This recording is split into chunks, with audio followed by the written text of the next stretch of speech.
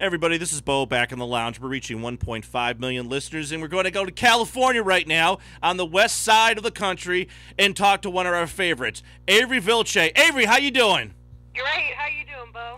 Awesome. You had a chance to come back, settle down, relax a little bit, lick some of your wounds. You had a good time with some days off. I had a fabulous time. Come back fat and sassy, ready to train again. Yeah, beat yourself up just so you can step back in the ring again. Exactly. Now, in this fight, there was a lot of talk. There was people were impressed with how well Kathy Long did. People were impressed how well you grappled and actually went after each other. The fight definitely went down to a decision. That's very impressive in of itself to have that go on in a match like this. Yeah. I was shocked. I came out and I didn't figure that she was as strong as she was with her punching power. I don't know why. I mean, I've watched a lot of her footage and I just expected, a lot of technique and a lot of snap, but I didn't expect the power that she had. And when we came out and she clocked me with one, I was a little bit dizzy. And I'm like, holy cow. I'm dealing with a real 5-time world kickboxing champ here. I felt power like I've never felt in any other fight. It was incredible. Yeah, we saw that when she came out, and then she's got those long legs of hers, and she's pretty quick with everything that she has at her arsenal. But when you had a chance to get her on the ground, what was that like? It was good on the ground. I don't feel as good on the ground as I do standing. But she had me in a headlock, but she wasn't able to sink it, and I was able to get out of it. And neither one of us were able to get arm bars, even attempts on each other, I don't think. I was able to pull her down enough to where I could stall to where the ref would stand us up, I think, in a few times. Yeah, and you know what? In MMA, a lot of people don't realize there's ways to help stall the fight, to give yourself some perspective, to help cover up any time you might not be able to protect yourself. And, back and forth punching. When you hit her and came across and connected, how did she respond? And did you see anything in her eyes that was like giving you some extra adrenaline rush? Honestly, I don't even look at people in the eyes when I'm fighting them. I kind of look at their chest so I can better gauge where they're coming at me. So, and her being so used to getting hit and kicked by some of the best in the world, I just didn't even expect that I was going to phase her. So I was just going to try to attack her with as much power as I could. Yeah, when the fight was over and they raised her hand, did the wind go out, or did you realize what was going to happen? I pretty much suspected that she would get the win. I felt like I did it really well against her. I landed a lot of killer kicks on her. I had some really good leg kicks, and I had some solid punching, and I was definitely not backing down from any point, but I expected that she'd win. I have to say it was very classy to watch at the end of the fight, where you were definitely clapping your hands, and the professionalism came across extensively. The mixed martial art, especially on the ladies' side, seems they've got that character side a lot more than some of the men. Some of them do. Yeah, some of them don't, we know that, but at least the ones that we watch on TV do. Yeah, definitely. Yeah, I'm sure they do the same things as some of the guys, but I don't think anybody's dropped any bombs that Brock Lesnar dropped at the UFC 100. And not to say that I had a problem with what he said, because he did purge a lot of ghosts, but the fact that Rick Mir was a little more professional, a little more character on that whole side of it, represented the best in the sport. Yeah, definitely. Now, what's on the agenda for you now? After this fight, you had, it was a tough fight to come back from. I mean, even though you say you're 100%, from a near-death experience, it's kind of hard to say you're 100% for a fight.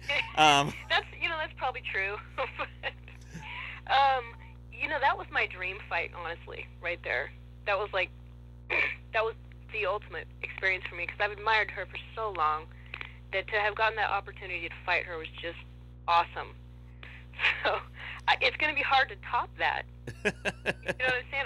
I'd really like, and I know this is going to sound cocky, but I'd really like a crack at Tara LaRosa now. She's another one of my heroes, you know what I'm saying? I want to fight all these awesome people. I want to fight the people that I've seen and admired. Yeah, Tara LaRosa, Molly Halsall, there's a lot of them out there, and Tara LaRosa obviously has been number one. Tara LaRosa would love a shot at Kathy Long, Gina, but Gina's got to lose a little weight, or Tara needs to go up some weight class. Definitely. Or Cyborg.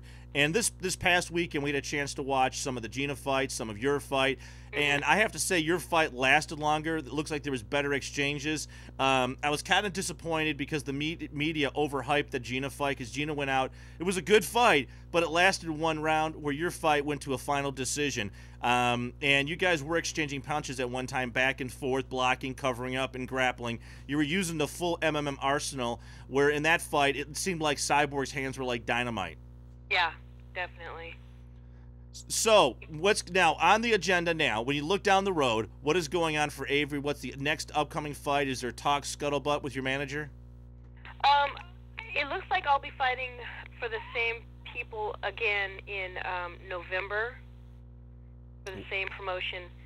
And if I can get something after that, I'd love to fight in Japan or do something like that. And like I said, I would definitely love to mix it up with Tara LaRosa at some point.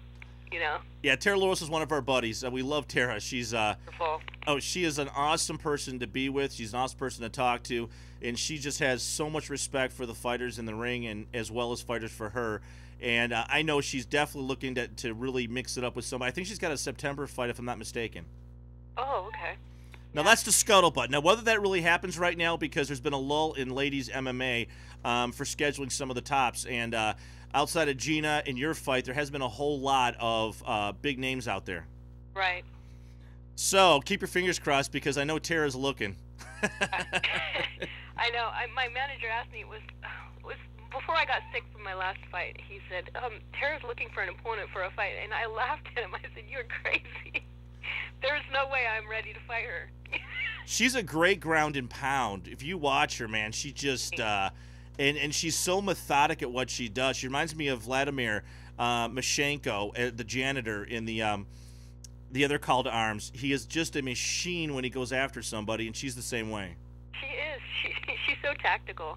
It would just be a thrill. Now, now after the fight, I mean, that was a long fight. I mean, that really, really was. When you sat down in the locker room, did you break down? What happened as far as mentally? Did you have a chance to relax, or the next day you were sore all over? Well, you know, I limped back to the locker room because I was really sore. One of my legs was from kicking her leg, because I kicked it repeatedly, and it kind of tweaked my ankle a little bit. And she caught me with some knees in my other thigh, so I kind of limped back to the locker room, and I was so high on my cloud from just realizing that I just went 3 rounds with Kathy Long. You know, I was thrilled. I didn't get knocked out. I didn't get submitted. I did pretty well. I felt really good about it. So I floated on that cloud for a week. Yeah, and I think the fact of the near-death experience leading up to that fight, I think a lot of people, when they finally start reading the story and understanding it, that this was a huge fight for you. It was a huge fight for MMA, and to go to the distance in something like that after what you've been through, I mean, every one of us I haven't trained MMA, but I understand what it takes just to get to that point. Even though you're in the ring, the adrenaline rush, and then the punches start flowing, and then you have to start figuring out technique and attacking. At the end of the first round, you know, I think every single person was like thinking, wow, this is really happening, and I got another round to go through. Oh, yeah, definitely. Definitely, and I just kept hoping, I hope that she doesn't catch me on the chin, because I will be down, you know, because her punch was that powerful. Yeah, when we got a chance to watch more of her footage, she was just very quick with her feet, very quick with her hand. Matter of fact, she was quicker with her hands than I really originally thought. Some of the video footage must have been slowed down or something, because the newer footage that's on YouTube and a couple different MySpace accounts, she's just a gorilla with her hands and her feet. And we're really anxious to see your uncut video. So if you get a chance to do it, you got to shoot us a link so we can start posting it around for you. Yeah, absolutely. If I get a copy, I'll definitely get one to you. Absolutely. If we can make a phone call, I'd love to call to Arms and say, guys, let's get some video online so we can start watching this stuff. Avery, thanks for taking so much time with us. We're going to probably give you a call in another month to see how the November fight date's coming along. Okay. Thanks a lot, Bo. I appreciate you keeping in touch. Absolutely. Avery Vilche, she's one of our faves on the show. We're going to keep tracking her down across the country. These late shows are going to kill us, but they're worth it. She's awesome. Thanks a lot. Thanks, Bo. You're welcome. You have a good day now.